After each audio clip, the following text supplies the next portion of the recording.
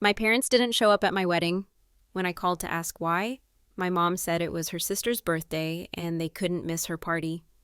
I immediately canceled their cards, mortgage, car loans, and stopped taking care of their financial needs. But what I was about to do, nothing could prepare them for it. The photographer kept circling back to the same spot, that gap on my left where two chairs sat empty, draped in ivory satin with little sprigs of baby's breath tucked into the bows.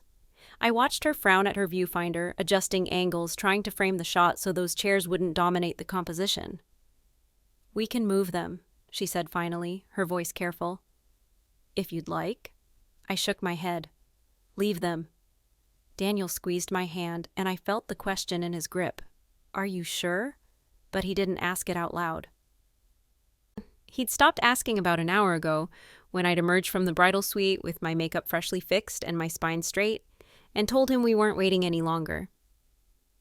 The ceremony was beautiful. Everyone said so. The late afternoon light came through the chapel windows exactly the way I'd imagined when we'd booked the venue 18 months earlier. My college roommate Sarah read a passage from Pablo Neruda that made Daniel's mother cry. The officiant, a family friend who'd known us both since we were children, spoke about love as a choice, a daily practice, a turning toward each other when it would be easier to turn away. I heard all of it. I smiled at the right moments. I said my vows without my voice breaking, which felt like a small victory. But underneath the tulle and the carefully applied highlighter and the 4 coats of waterproof mascara, there was this hollow space, like someone had reached into my chest and scooped out something vital while I wasn't paying attention. The chairs stayed empty through the entire ceremony. My phone had rung at 1:47 p.m., exactly 13 minutes before I was supposed to walk down the aisle. I remember the time because Sarah had been trying to zip me into my dress, and she'd stopped mid-zip when my phone buzzed against the vanity. We both looked at it. "Mom," the screen said, with the little heart emoji I'd added to her contact years ago, back when that felt like a natural thing to do. "They're probably just running late," Sarah said. "Traffic from Westfield can be terrible on Saturdays." But I already knew, something in my gut, some intuition forged from 29 years of learning to read the silences between my parents' words, told me this wasn't a traffic delay. "Hello?" "Sweetheart?" My mother's voice was bright. Too bright, the kind of brightness that covered something. "I'm so sorry to call like this, but we've run into a bit of a situation." "Where are you? The ceremony starts in 13 minutes. I know. The thing is..." She paused. In the background, I could hear music, laughter, the distinct sound of people enjoying themselves at a gathering that wasn't my wedding. "It's Aunt Linda's 60th birthday today. We completely forgot when we agreed to your date, and she's been planning this party for months, and..." "Mom," the word came out flat. "Are you saying you're not coming? We'll try to make the reception, I promise. We just can't leave right now. Linda would be devastated, you know how she is. And honestly, honey, you'll be so busy with everything, you probably won't even notice." "I won't notice that my parents aren't at my wedding?" "Don't be dramatic. It's just the ceremony. The reception is the fun part anyway." The room had gone very still. Sarah's hands had fallen away from my zipper. In the mirror, I could see my own face, pale beneath the careful makeup, and I watched something shift behind my eyes. Some door closing. "I need to go," I said. "They're waiting for me." "We love you so much, Madeline. You know that. And we'll see you tonight." I ended the call before she finished. Set the phone face down on the vanity, looked at Sarah, who was staring at me with an expression I couldn't quite read. "Zip me up," I said. "Please." The thing about moments that change you is that they rarely feel momentous when they're happening. There's no swelling music, no slow motion awareness that your life is dividing into before and after. There's just the ordinary continuation of time, the next breath, the next step, the zipper sliding up your spine while you try to remember whether you put on deodorant that morning. I walked down the aisle alone. This wasn't the plan. The plan was that my father would walk me, and my mother would be escorted to her seat by Daniel's brother, and everyone would dab their eyes at the appropriate moments while I made my way toward the man I was choosing to build a life with. But my father wasn't there. My mother wasn't there.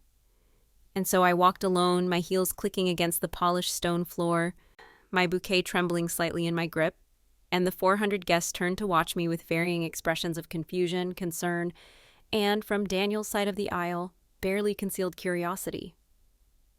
I kept my eyes on Daniel. Only Daniel. His face was the anchor, and I let myself be pulled toward it, toward him, toward the life we were about to begin. Whatever that life would look like now. Later, people would tell me how beautiful the ceremony was, how moved they were by my vows, how Daniel cried when I reached him at the altar, how his hands shook when he slid the ring onto my finger. They told me I was radiant, glowing, the perfect bride. What they didn't say, what nobody said, at least not to my face, was how strange it must have seemed. The bride's parents absent, no explanation given, just empty chairs and a woman walking alone. They did come to the reception. I was standing by the bar, taking my first real breath since that phone call, when I saw them enter through the side door. My mother was wearing a dress I'd never seen before, something emerald green with a complicated draping situation around the shoulders. My father was in a suit, but not the one we'd picked out together. A different suit. A suit for a different party. They found me quickly. My mother's face was arranged in an expression of careful contrition. The same look she'd worn every time she'd forgotten to pick me up from soccer practice or missed a parent-teacher conference because something more pressing had come up. "There she is. Oh, sweetheart, you look absolutely stunning." She moved in for a hug, and I let her, my arms rising automatically to return the embrace, even as the rest of me stayed very still. The traffic was just impossible, but we're here now. We didn't miss everything. You missed the ceremony. Well, yes, but the reception is really the celebration, isn't it? And look at all these people. What a wonderful turnout. She was already scanning the room, cataloging the guests, probably calculating whose social standing warranted her attention first. My father cleared his throat. "The ceremony was at the church, then? The one downtown?" "Yes, Dad. The church where I've been planning this wedding for a year and a half. The church on the invitation you received. The church we discussed multiple times."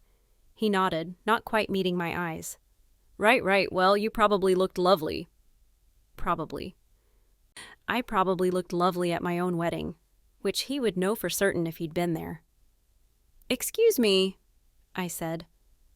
"I should circulate." I left them standing by the bar. Behind me, I heard my mother say something to my father, too quiet to catch, and then a burst of laughter that seemed to come from neither of them. The band was starting up. Daniel was looking for me, I could feel it, that particular awareness you develop when you've loved someone long enough to sense them across a crowded room. I found him on the dance floor, let him pull me into his arms, and we swayed to a song I'd chosen because it reminded me of our third date, when we'd gotten caught in a rainstorm and danced on the sidewalk outside his apartment because neither of us wanted the night to end. "You okay?" he murmured against my hair. "I don't know." "That's fair." He pulled me closer. "We don't have to decide anything tonight. Tonight we're just married. That's enough." I pressed my face into his shoulder and let myself breathe. Just breathe. Just this moment, this song, this man who had chosen me, who kept choosing me, who would probably keep choosing me even when my family made it complicated. The chairs at the ceremony had been empty, but here, in his arms, I was not. I should explain something about my family. From the outside, we looked normal, maybe even enviable. Upper middle-class suburb, 4-bedroom house with a pool, 2 cars in the garage, annual vacations to respectable destinations. My father worked in finance, something with investments that I never fully understood, and my mother stayed home until I was in high school, then took a part-time position at an interior design firm that she described as keeping busy. But there was always Aunt Linda. Linda was my mother's younger sister by 3 years, and she had been the center of my mother's universe for as long as I could remember. Linda was more beautiful. Linda was more charming. Linda had married better the first time and then divorced better the second time. Linda's children, my cousins Eric and Tanya, were smarter, more talented, more accomplished in every way that mattered. I learned early that I would always be second, not just second to Linda's children, but second to Linda herself. If there was a family gathering, it revolved around Linda. If there was a conflict, my mother took Linda's side. If there was a choice to be made, Any choice, however small, Linda's preferences took priority. When I was 12, I had a piano recital on the same night as Linda's birthday dinner. My mother drove me to the recital, dropped me off at the curb, and told me she'd be back to watch my performance in 30 minutes. She just needed to stop by Linda's first, make an appearance, bring the gift. She never came back. When the recital ended, I sat in the lobby for 2 hours until my piano teacher finally reached my father, who had lost track of time at the birthday dinner and hadn't realized my mother had never returned. I played Chopin's Nocturne in E-flat major that night. It was the best I'd ever performed it. My teacher told me she was proud of me, that my musicality was really developing. I never played it again. The Monday after the wedding, I woke up early. Daniel was still asleep, his face soft and unguarded against the pillow, and I lay there for a while watching him breathe. We were in a hotel room, the fancy one we'd booked for our wedding night, all white linens and champagne service, and the light coming through the curtains had that pale, uncertain quality of very early morning. I'd barely slept. Every time I closed my eyes, I saw those empty chairs. My mother's voice on the phone, too bright, explaining why her sister's birthday party was more important than watching her only daughter get married. You'll be so busy with everything you probably won't even notice. The thing was, she believed that. She genuinely believed that my wedding was just an event, interchangeable with any other, and that her presence or absence wouldn't fundamentally change anything. After 29 years of being second to Linda, my mother still didn't understand that I noticed. I always noticed. I slipped out of bed without waking Daniel and took my phone into the bathroom, sat on the edge of the tub in my pajamas, scrolling through the messages that had come in overnight, congratulations from friends, photos from the reception, a text from my father that said, "Only beautiful wedding, proud of you," with no acknowledgement that he hadn't actually witnessed the part that mattered. And then, because I couldn't help myself, I opened the family group chat. It was full of photos from Linda's birthday party, Linda cutting the cake, Linda surrounded by friends, Linda opening presents, her head thrown back in that performative laughter that always seemed to dominate family gatherings. My mother had posted most of them with captions like, "The birthday queen," and "60 looks amazing on you, sis." Not a single mention of my wedding. I scrolled back through weeks of messages. There was plenty of discussion about Linda's party, the venue, the guest list, the caterer, the color scheme, the playlist. My mother had been coordinating details for months. But my wedding? It came up exactly twice. Once when my mother shared a photo of her mother of the bride dress, the wrong shade of champagne which I'd told her, but she'd worn it anyway. And once when she'd asked what time the reception ended because she didn't want to get home too late. I sat there for a long time, my phone growing warm in my hands, looking at all those photos of my aunt's 60th birthday party. The party that was more important than my wedding, the party that had taken my parents away from what was supposed to be one of the most important days of my life. And then I started making phone calls. The first call was to my father's bank. This requires some context. When I was 24, my father's financial situation had taken a significant turn for the worse. Bad investments, he'd said, market volatility, a business partner who turned out to be less trustworthy than expected. The details were always vague, delivered in that clipped tone he used when he didn't want to discuss something. What wasn't vague was the ask. "We need some help," my mother had said, her voice smaller than I'd ever heard it.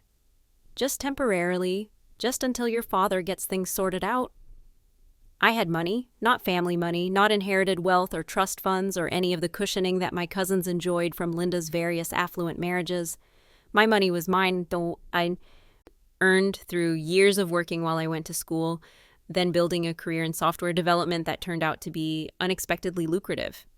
By 24, I had savings, substantial savings. I paid off their mortgage, cleared the debt on their credit cards, set up a system where their monthly expenses, utilities, insurance, car payments, everything came out of an account I funded. "We'll pay you back," my father had said, not quite meeting my eyes. "As soon as things stabilize." That was 5 years ago. Things had never stabilized, or if they had, the repayment had never materialized. I'd stopped expecting it. The monthly transfers had become just another line item in my budget, something I accounted for without really thinking about. But I was thinking about it now. "I'd like to make some changes to the authorized users on this account," I said to the woman on the phone. And I need to cancel the automatic payments that have been set up. It took about an hour to unwind 5 years of financial support. The mortgage payment that came from my account, canceled. The credit cards I'd added them to as authorized users, removed. The car loans I'd co-signed, well, those were more complicated, but I started the process. The monthly transfer that covered their utilities and groceries and various incidental expenses stopped. When I was done, I felt something I hadn't expected to feel. Not satisfaction exactly, not revenge, something quieter, something that felt almost like setting down a weight I hadn't realized I'd been carrying. Daniel found me in the bathroom 2 hours later, still in my pajamas. My phone dead from all the calls. "Hey." He leaned against the door frame, his hair sticking up on one side, his face creased from the pillow. "You okay?" "I canceled everything," I said. "All the financial support for my parents, the mortgage, the cards, everything." He was quiet for a moment. Processing. Daniel was good at that. At taking in information without immediately reacting, giving himself space to understand before he responded. "Okay," he said finally. "Do you want to talk about it?" "Not yet. I needed to do something, and I couldn't just let it be." He crossed the room and sat down on the edge of the tub next to me, took my hand, didn't say anything else, just sat there with me while the morning light grew stronger and the day began.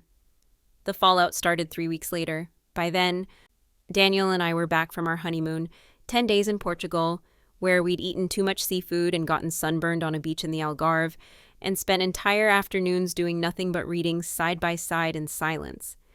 It had been exactly what we needed, a reset, a chance to begin our marriage without the shadow of those empty chairs hanging over everything. But shadows have a way of finding you. "Madeline." My mother's voice on the phone was different now, harder, confused. "There's been some kind of mistake with the credit card. It's been declined. I was trying to buy groceries and they said, 'It's not a mistake.'" "What do you mean it's not a mistake? You set this up. You said we could use the card for some..." "I removed you as an authorized user." Silence. The particular silence of someone recalibrating, trying to understand how the ground beneath them had shifted. "Why would you do that?" "Because I don't want to pay for your groceries anymore." "But..." She was floundering. I could hear it. "But we have an arrangement." "We did. I ended it." More silence. Then, "Is this about the wedding?" I almost laughed. The casualness of it.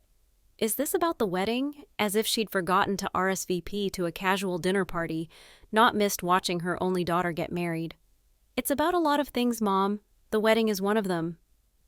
"Madeline, that's not fair. We explained about Linda's party. We had a commitment. You can't punish us for..."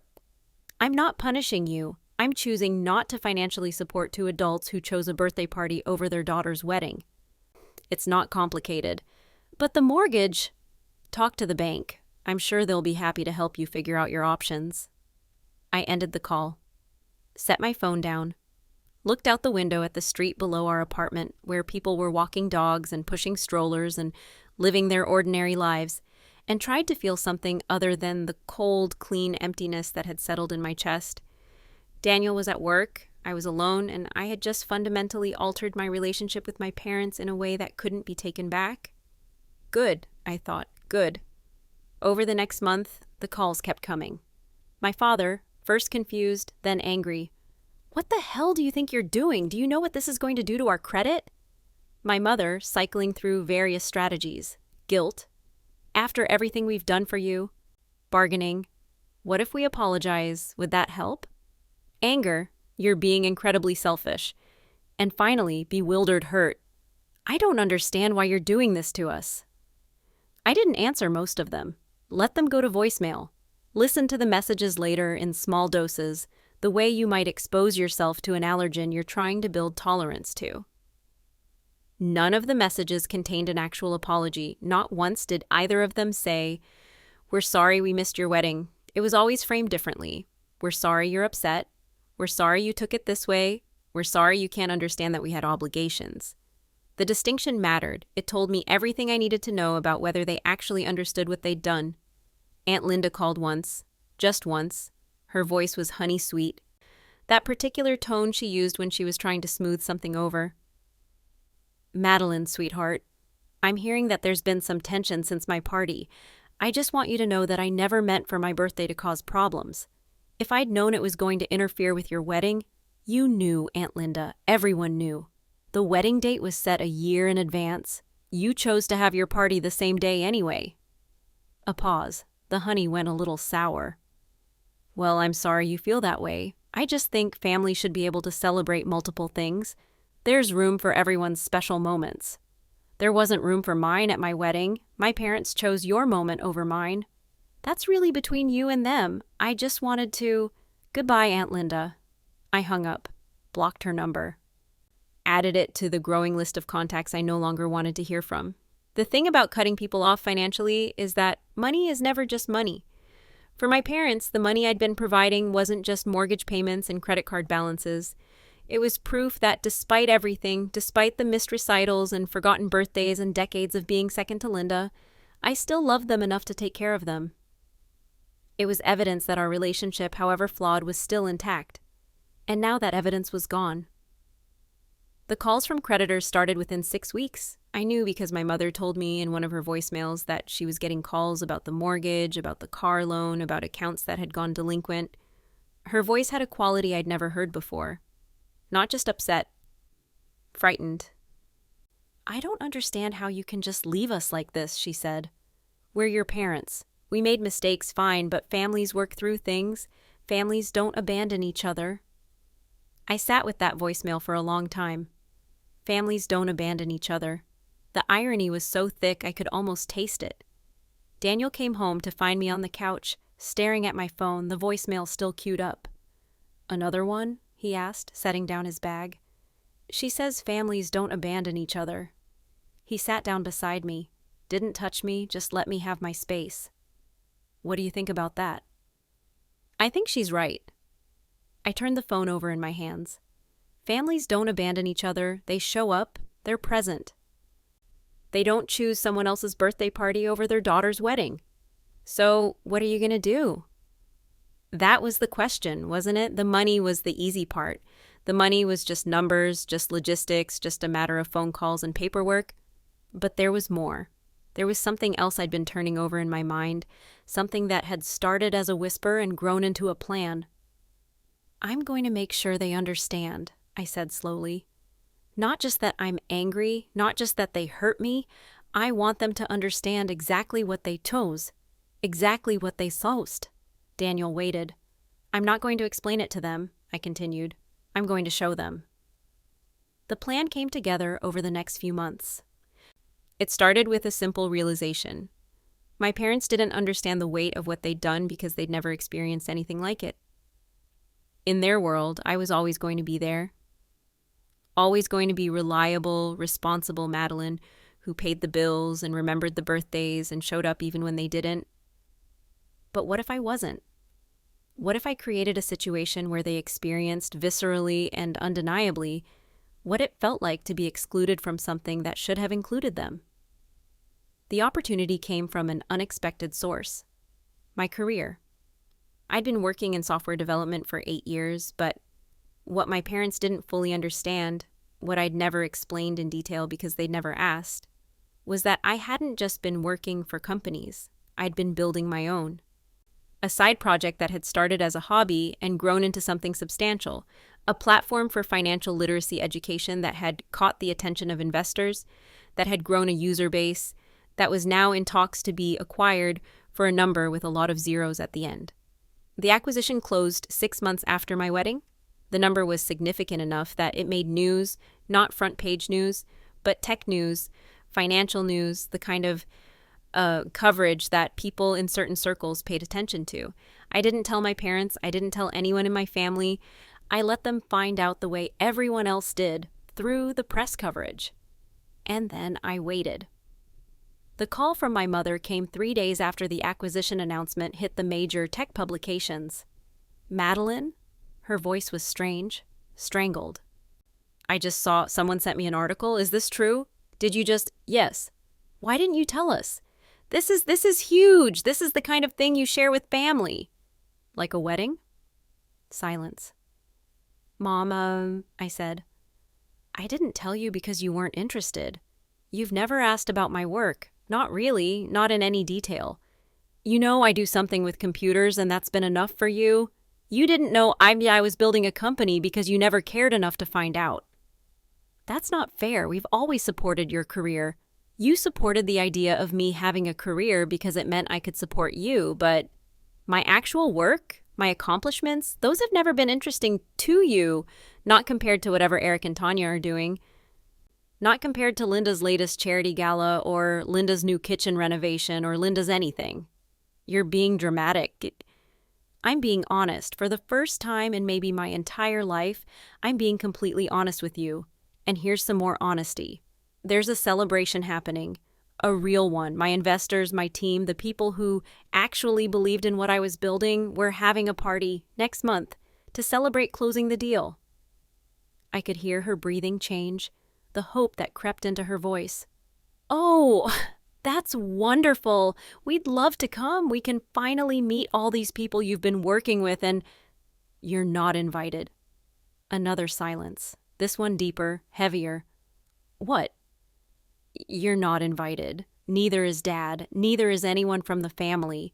This is a celebration for the people who supported me, who showed up for me, who cared about what I was doing. Madeline, you can't. We're your parents. Yes, you are. And you chose not to come to my wedding. So now I'm choosing not to invite you to this. It's simple, really. Actions have consequences. But this is different. Is it? How is it different? It's a milestone in my life, a significant moment, the kind of thing you'd think family would want to be present for. Sound familiar? I let the question hang there, let her sit with the parallel I was drawing. I need to go, I said. I have a lot of planning to do. I ended the call, turned off my phone, sat in the silence of my apartment, and felt something shift in my chest. Not satisfaction, not vindictiveness, just a kind of settling. A recognition that the balance had finally begun to tip. The party was beautiful. We held it at a venue downtown, one of those converted warehouse spaces with exposed brick and industrial lighting and floor-to-ceiling windows that looked out over the city. 200 guests, investors, colleagues, friends who had believed in me when my company was nothing but a late-night hobby and a vague dream. Daniel was there, of course. So was Sarah, who had been with me through every iteration of the business plan, every setback, every small victory. My team, the 12 people who had built this thing with me, they were all there too, dressed up and glowing, finally able to celebrate something they'd worked so hard for. I gave a speech. Standing at the front of the room, looking out at all those faces, I talked about what it meant to build something from nothing, about the people who had supported me along the way, about gratitude and perseverance, and the particular satisfaction of proving that quiet persistence could pay off. I didn't mention my parents. I didn't need to, but I knew they were thinking about it. I knew because my phone had been blowing up all day with messages from various family members, aunts, uncles, cousins I hadn't spoken to in years, all wanting to know why they hadn't heard about the party, why they hadn't been invited, why I was being so difficult about everything. My mother had apparently been making calls, rallying the troops, trying to turn my decision into a family-wide campaign to bring me back into line. It wasn't working, but it told me something. The message was landing. They were starting to understand what it felt like to be excluded. The intervention came 2 weeks later. I should have expected it. My mother had always been good at escalation, at turning private conflicts into family affairs where the weight of collective disapproval could be brought to bear on whoever had stepped out of line. I came home from work to find my parents, Aunt Linda, Uncle Robert, and 3 of my cousins sitting in my living room. Daniel was at the door, his face a controlled mask of tension. "They insisted on waiting for you," he said quietly as I came in. "I couldn't exactly throw your parents out." I squeezed his hand, walked into the living room, looked at the assembled group. All these people who had, in various ways, contributed to a lifetime of feeling second best, overlooked. Not quite enough. "This is a surprise," I said. My mother stood up. We need to talk, as a family, about what's been happening. What's been happening is that I've made some choices about how I want to spend my time and money. I didn't realize that required a committee meeting. Madeline, please. My father's voice was tired. Sit down. Let's discuss this like adults. I didn't sit, but I didn't leave either. I leaned against the doorframe, arms crossed, and waited. My mother launched into her prepared speech. It was about family bonds, about forgiveness, about the importance of not letting small misunderstandings grow into permanent rifts. She talked about her own relationship with Linda, how they'd had their differences over the years, but had always worked through them, because that's what family does. Linda nodded along, her face arranged in an expression of benevolent concern. Uncle Robert looked uncomfortable. My cousins were absorbed in their phones, barely pretending to pay attention. When my mother finished, there was a moment of silence. Everyone looked at me, waiting for my response, probably expecting me to cave the way I'd always caved, to smooth things over, to be the bigger person. Are you done? I asked. My mother blinked. Yes, I think that covers the main points. Good. Now, let me tell you something. I pushed off from the doorframe, took a step into the room. You've all come here to convince me to forgive and forget, to move past this misunderstanding and go back to the way things were. But I don't think you understand what the way things were actually looked like, from my perspective. I turned to Linda first. Aunt Linda, do you remember my high school graduation, when you scheduled your anniversary party on the same day, and my parents left the ceremony early to make sure they were on time for your party? Linda's smile flickered. That was years ago. Or my college graduation, when my mom spent the entire dinner talking about your new house renovations, or every single Christmas when the main topic of conversation was your kids' accomplishments while I sat there wondering if anyone would bother to ask about mine. I looked at my mother. You missed my piano recital when I was 12, my championship soccer game when I was 14, my senior thesis presentation, my promotion party, and now my wedding. Every single time there was a reason, and the reason was always the same. Linda needed you more. I know you didn't mean to. That's almost worse. You never meant to make me feel like I didn't matter. It just came naturally. The room was very quiet. Even my cousins had put down their phones. So here's what's going to happen, I said. I'm not going back to the way things were. I'm not funding your lifestyle anymore.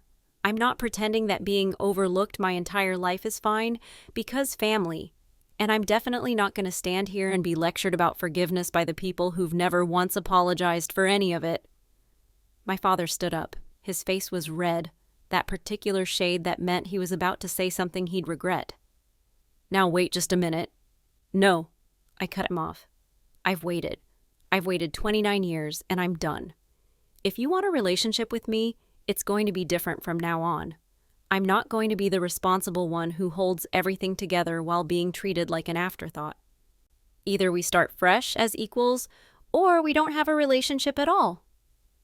I turned and walked out of my own living room, went into the bedroom, closed the door, let Daniel handle the aftermath.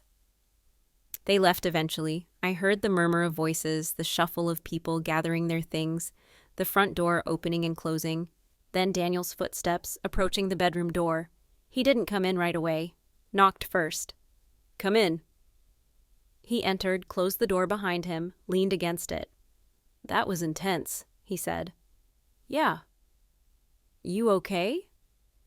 I considered the question, took inventory of my body, my emotions, the strange hollow space that had been in my chest since the wedding. I think so, I said slowly. I think I might actually be okay. He came and sat beside me on the bed, took my hand. Your mom was crying when she left, he said. Real tears. I don't think I've ever seen her cry before. She cries when she wants something, I said, when tears might get her what manipulation doesn't. Maybe, but it looked real. I turned that over in my mind. My mother, crying. It didn't change anything, but it was information. Evidence that something had finally landed. The next few months were strange. I didn't hear from my parents for 6 weeks. The longest silence of my life. No calls, no texts, no attempts to reach me through other family members. It was like I'd ceased to exist, or they had. I used the time to focus on other things. Daniel and I were settling into married life, figuring out who we were as a couple outside of the shadow of my family drama. I was transitioning out of my role at the company, taking time to think about what I wanted to do next. Learning to sleep through the night without waking up anxious about whatever crisis might be waiting in the morning. It was peaceful, quieter than any period I could remember. And underneath the quiet, something was healing. Then one evening, my doorbell rang. My father was standing on the doorstep, alone. He looked older than I remembered, or maybe I was just seeing him clearly for the first time. "Can I come in?" he asked. I hesitated, looked at Daniel, who was standing behind me with a question in his eyes. 5 minutes, I said. "In the kitchen." We sat across from each other at the kitchen table, the same table where Daniel and I ate breakfast every morning, where we planned our weeks, where we argued and made up and built the rhythms of our shared life. "I'm not here to ask you to change your mind," my father said. "About the money, or the party, or any of it." "Then why are you here?" He was quiet for a moment, gathering himself. "I'm here because I've been thinking about what you said, about all the times we—" He stopped, started again. "I didn't realize. I know that sounds like an excuse, but it's the truth. I didn't realize how much we'd missed, how much we'd put Linda first." "You didn't realize, or you didn't want to see?" "Maybe both." He looked down at his hands, clasped on the table. "Your mother and I grew up thinking family was about obligation, about showing up for certain events, checking certain boxes. I didn't understand that it was supposed to be more than that. And now? Now I'm trying to understand." He looked up at me. His eyes were wet. I couldn't remember ever seeing my father cry. "I missed your wedding, Madeline. I missed watching you walk down the aisle. I missed giving you away. And I can't get that back. No matter what I do, no matter how much I apologize, that's gone." I didn't say anything. Let him sit with it. "But I'm wondering," he said slowly, "if there's anything I can still have. Any part of your life you'd be willing to share with me? Not because I deserve it, but because—" His voice cracked. "Because I want to try to deserve it, if you'll let me." The hollow space in my chest shifted. Didn't fill exactly, but changed shape. Became something I could breathe around. "I don't know," I said. "I don't know if I can trust you." "That's fair. And I'm not going to pretend everything's fine when it isn't. I'm not asking you to." But I hesitated. This was the hard part. The part that required something from me, too. "But I'm willing to see if you're serious, if you actually want to change. I'm willing to see what that looks like." My father nodded, wiped his eyes with the back of his hand. "Thank you," he said. "That's more than I had any right to expect." He came back the next week, and the week after that. Small visits, tentative conversations. He asked about my work, really asked, with follow-up questions and genuine interest. He asked about Daniel, about our life together, about what we hoped for in the future. He didn't mention my mother, didn't try to advocate for her, didn't try to pressure me into reconciliation. He just showed up, consistently, and tried to be present in a way he never had before. It wasn't enough to undo 29 years, nothing would be, but it was something, a start. My mother didn't reach out. I heard through the family grapevine that she was devastated by my behavior, that she felt attacked and misunderstood. She was apparently telling anyone who would listen that I'd always been difficult and ungrateful, that she didn't know where she'd gone wrong with me. Part of me wanted to be angry about this, to feel the old familiar burn of being misrepresented, dismissed, turned into the villain of someone else's story. But mostly I just felt tired. And then eventually something like release. She was going to believe what she wanted to believe. She was going to rewrite history to make herself the victim. I couldn't control that.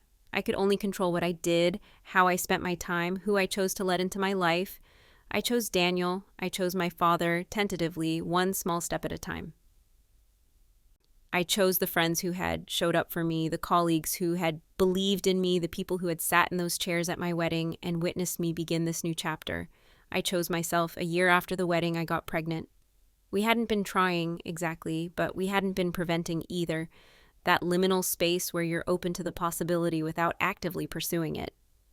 When the test came up positive, Daniel and I sat on the bathroom floor and stared at it for a long time, not quite believing. "We're going to be parents," he said finally. "Yeah," I laughed, or cried, or something in between. "We are." The pregnancy was smooth, easy even, which surprised me. I'd expected complications, difficulties, something to match the emotional turbulence of the past year. But my body seemed to know what to do. I grew steadily, healthily, my belly rounding out beneath my clothes, my appetite increasing, my sleep deepening. I told my father first, not out of spite or exclusion, but because he was the one I was talking to. He was the one who had earned, through his slow and steady effort, a place in my life. "I'm going to be a grandfather?" His voice cracked. "Maddie, that's wonderful." "It is," I said. And I meant it. "Have you told your mother?" I hesitated. "Not yet." He nodded. Didn't push. I told my mother at 6 months. It wasn't a phone call or a visit. I sent her a letter, an actual physical letter written by hand, mailed through the post office. It felt important to make it tangible, to give it weight. "Dear Mom, I'm writing to tell you that I'm pregnant. The baby is due in 3 months. Daniel and I are very happy. I'm not sure what kind of relationship you want to have with your grandchild. I'm not sure what kind of relationship you and I can have at this point, but I'm willing to find out, if you're willing to do the work." That work looks like this: acknowledging what happened at my wedding, really acknowledging it, not, "I'm sorry you felt that way," but "I'm sorry for what I did." Understanding why it hurt so much, why it was the last in a long line of moments where you chose Linda over me, committing to doing things differently going forward. I'm not asking for perfection, I'm asking for effort, real effort, not the appearance of effort. If you're not able to do that or not willing, I understand. I won't chase you. I won't beg. I'll just accept that this is the relationship we have, which is to say, not much of one at all. The choice is yours. Madeline. I didn't hear back for 2 weeks. Then a letter arrived. It was short, my mother's handwriting, which I'd know anywhere. She'd signed it with her full name instead of Mom, which felt significant, though I wasn't sure how. "Madeline, I've read your letter many times. I've started this response a dozen ways and thrown them all away. I don't know how to do what you're asking. I don't know how to acknowledge something when I still don't fully understand what I did wrong. I know that's not the answer you want, but it's the honest one. I don't want to lose you. I don't want to not know my grandchild. But I'm not going to pretend to feel something I don't feel just to say the right words. I hope you can understand that, even if you can't forgive it." Patricia. I sat with that letter for a long time. It wasn't what I'd hoped for. It wasn't even what I'd expected. It was, in its own way, honest. More honest than my mother had ever been with me. She still didn't understand. Maybe she never would, but she wasn't pretending anymore. That was something. My daughter was born on a Tuesday in April. Labor was long, 18 hours. And by the end of it, I was too exhausted to feel much of anything except relief. They placed her on my chest, this tiny warm weight, and I looked down at her scrunched up face and thought, "I will never let you feel second best. I will show up for you every time, no matter what." Daniel cried. My father cried when he came to visit the next day. He held her so carefully, like she might break if he breathed too hard, and something in his face shifted that I'd never seen before. "Her name," he said softly. "What did you decide?" "Eleanor," I said, "after Daniel's grandmother." He nodded, touched her tiny fingers with his own. "Hello, Eleanor. I'm your grandfather. I'm going to try very hard to deserve you." My mother didn't come to the hospital. I hadn't expected her to.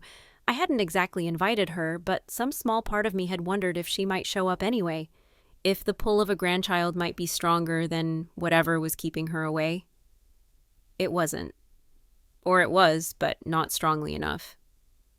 She stayed away, and I focused on my daughter, on the new life we were building together, on the family I was choosing rather than the one I'd been born into. Eleanor was 3 months old when my mother finally called. Not texted, not emailed, actually called. I almost didn't answer. The phone was across the room and the baby was finally sleeping, but something made me reach for it. "Hello?" Madeline. Her voice was different, quieter, stripped of its usual brightness. "I've been thinking." "About?" "About what you said. In the letter, about choosing Linda over you." She paused, took a breath that I could hear, shaky and uncertain. "I didn't think of it that way. I never thought of it as choosing her. She was always the one who needed me more. You were so capable, so independent, you never seemed to need anything. I needed you at my wedding." "I know." Her voice cracked. "I know that now. I didn't see it then, but I see it now." I waited. The baby stirred in her crib, made a small sound, settled back down. "I missed my daughter's wedding," my mother said. "I missed it because I was at my sister's birthday party, and no amount of explaining or justifying is going to change how terrible that was. I'm sorry, Madeline. I'm truly, deeply sorry." I closed my eyes, let the words wash over me. They didn't fix anything. They couldn't, but they landed somewhere real, somewhere that had been waiting a long time to hear them. "Thank you," I said finally, "for saying that. I want to know my granddaughter. I want to try again. I know I don't deserve another chance, and I know it's going to take time, but I'm asking." The hollow space in my chest, the one that had been there since the wedding, shifted again. Not filled, but changed. Transformed into something that might eventually become acceptance. "Okay," I said. "We can try." I wish I could tell you that everything was perfect after that my mother's apology was the beginning of a complete transformation, that we rebuilt our relationship from the ground up and became closer than we'd ever been. But life isn't a fairy tale, and people don't change overnight. What I can tell you is that things got better, slowly, in small incremental ways that didn't always feel like progress but accumulated over time into something meaningful. My mother came to visit Eleanor, and she held her awkwardly, not quite sure of herself, but she was there. She asked about my life, really asked, and listened to the answers. She stopped comparing me to my cousins. She stopped making everything about Linda. She still had her moments. We both did. Old patterns are hard to break, and some hurts are too deep to fully heal. But we were trying, both of us, and that was more than I'd ever thought we'd have. My father became the grandfather I'd always wished for but never expected. He was there for every milestone. First smile, first tooth, first steps. He learned to change diapers at 72, fumbling and swearing but determined to be useful. He told Eleanor stories about his childhood, about my childhood, about all the things he'd never talked about when I was growing up. It was, in its own way, a kind of redemption. On Eleanor's first birthday, we had a party. It was small, just family and close friends, nothing elaborate. But Daniel and I had put thought into it. Balloons and a cake she couldn't eat, decorations and soft pastels, a little dress that she immediately tried to pull off. My parents were both there, sitting together on our couch, not quite comfortable but present. My father was holding Eleanor on his lap, making faces at her while she laughed. My mother was watching them with an expression I couldn't quite read, something between longing and contentment, regret and hope. Daniel came up behind me, wrapped his arms around my waist. "How are you doing?" I leaned back into him, watched my daughter reach for my father's face, grab his nose, giggle when he pretended to be shocked. "I'm okay," I said. "I think I'm actually okay." The empty chairs at my wedding were still there, somewhere in my memory. That wound would probably always be there, a scar that had healed but hadn't disappeared. But I was building something new, something that was mine, a family I was creating with Daniel, a relationship with my parents that was honest about its flaws, a life that wasn't defined by what I'd missed but by what I was choosing. Eleanor crawled toward me, and I scooped her up, held her against my chest, felt her warm weight and the steady beat of her heart. "Happy birthday, baby girl," I murmured into her hairs. She didn't understand the words, but she understood the feeling. She snuggled closer, her small hand fisting in my shirt, and I held her tighter, thinking about all the things I would give her that I never had. Presence. Priority. The unwavering knowledge that she would never, ever be second best. My mother caught my eye across the room, smiled, tentatively. I smiled back. We weren't healed. We might never be. But we were here, in this room together, and that was enough. That was more than enough. Sometimes, late at night when Eleanor is asleep and Daniel is reading beside me and the house is quiet, I think about those 2 empty chairs draped in ivory satin. I think about the moment I realized my parents weren't coming, and the cold settling in my chest, and the long walk down the aisle alone. I think about the choices I made afterward. Canceling the financial support, excluding them from the celebration, writing that letter to my mother. All of it calculated, all of it deliberate, all of it designed to make them feel what I had felt. Was it revenge? Maybe. Some of it. The desire to inflict the same pain that had been inflicted on me, to make them understand through experience what they couldn't understand through words. But it was also something else. A boundary, a declaration, a decision to stop being the one who always gave, always accommodated, always made room for everyone else's needs while my own went unmet. I don't regret it. Not the choices, not the distance, not the hard conversations that followed, because all of it, the pain and the anger and the slow, difficult work of rebuilding, led me here. To this moment, to this life, Sinam.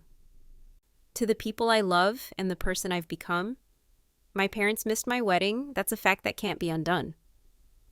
But they didn't miss Eleanor's first birthday. They didn't miss her first Christmas, or her first word, which was Dada, much to Daniel's delight, or the moment she took her first steps across the living room and crashed into my father's waiting arms. They're learning. I'm learning. We're all learning every day how to be a family in a new way, a way that has room for honesty and boundaries and the acknowledgement that love isn't enough on its own, that it has to be accompanied by action, by presence, by showing up even when it's inconvenient, especially when it's inconvenient. I never got an apology from Aunt Linda, never expected one really. Some people are incapable of seeing beyond their own needs and their own moment in the spotlight, their own version of events where they're always the protagonist and everyone else is just supporting cast. My relationship with that side of the family is cordial at best. We see each other at major holidays, exchange pleasantries, move on. I've stopped expecting more, and somehow that's made everything easier. There's freedom in letting go of expectations that were never going to be met. My mother and Linda are still close. I've accepted that too. Some bonds are stronger than others for reasons I may never fully understand. But it no longer feels like a competition, like evidence of my inadequacy. It's just the way things are. I have my own bonds, my own people, my own life. I've stopped counting what I've lost and started counting what I have. Eleanor is too now, walking, talking, endlessly talking, getting into everything. She's fierce and curious and stubborn in a way that reminds me of myself at that age. Before I learned to be accommodating, before I learned to be easy, I'm not going to teach her to be easy. I'm going to teach her to be herself. Last week, she asked me why Grandma and Grandpa have different houses. I told her, in the simplest terms I could, that sometimes grown-ups don't live together, but they still love you. Do they love you too? She asked. I thought about it, really thought about it. Yes, I said finally. In their own way, yes. It wasn't a lie. It wasn't the whole truth either, but it was something in between, the kind of complicated, imperfect truth that most lives are made of. She nodded, satisfied, and went back to her coloring, already moved on to the next thing. I watched her for a moment. Her small hand gripping the crayon, her brow furrowed in concentration, and I thought about all the conversations we'd have over the years. The questions she'd ask, the answers I'd have to find. I didn't have all the answers yet. I didn't know if I ever would. But I knew this. Whatever came next, I would be there, present, showing up, filling the chairs instead of leaving them empty. That was what mattered. That was everything.